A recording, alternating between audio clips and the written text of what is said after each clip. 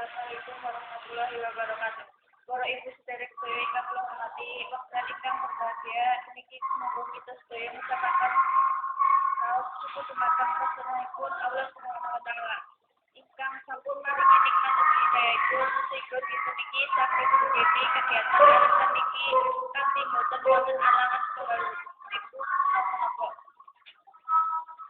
Selawat dan salam beliau tetap dipun paringaken dumateng Nabi Muhammad sallallahu alaihi wasallam, keluarga dipun, para sahabatipun, sedaya kaum muslimin ingkang turut nglebani ajaran Islam kalewan estu-estu ramlaran.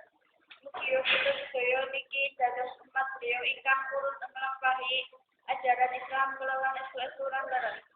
Para ibu sederek sedaya ingkang kula hormati, seminggu ingkang kepungkur kita sampun ngadakaken rapat utawi sareng-sareng lan hasilipun rapat niku mutusaken bukti dinten niki dipun milahi pembayaran arisan kaping setunggal lan dipun putusaken sareng-sareng bukti bayar ingkang kaping kalih lan saterusipun inggih menika saben setunggal minggu.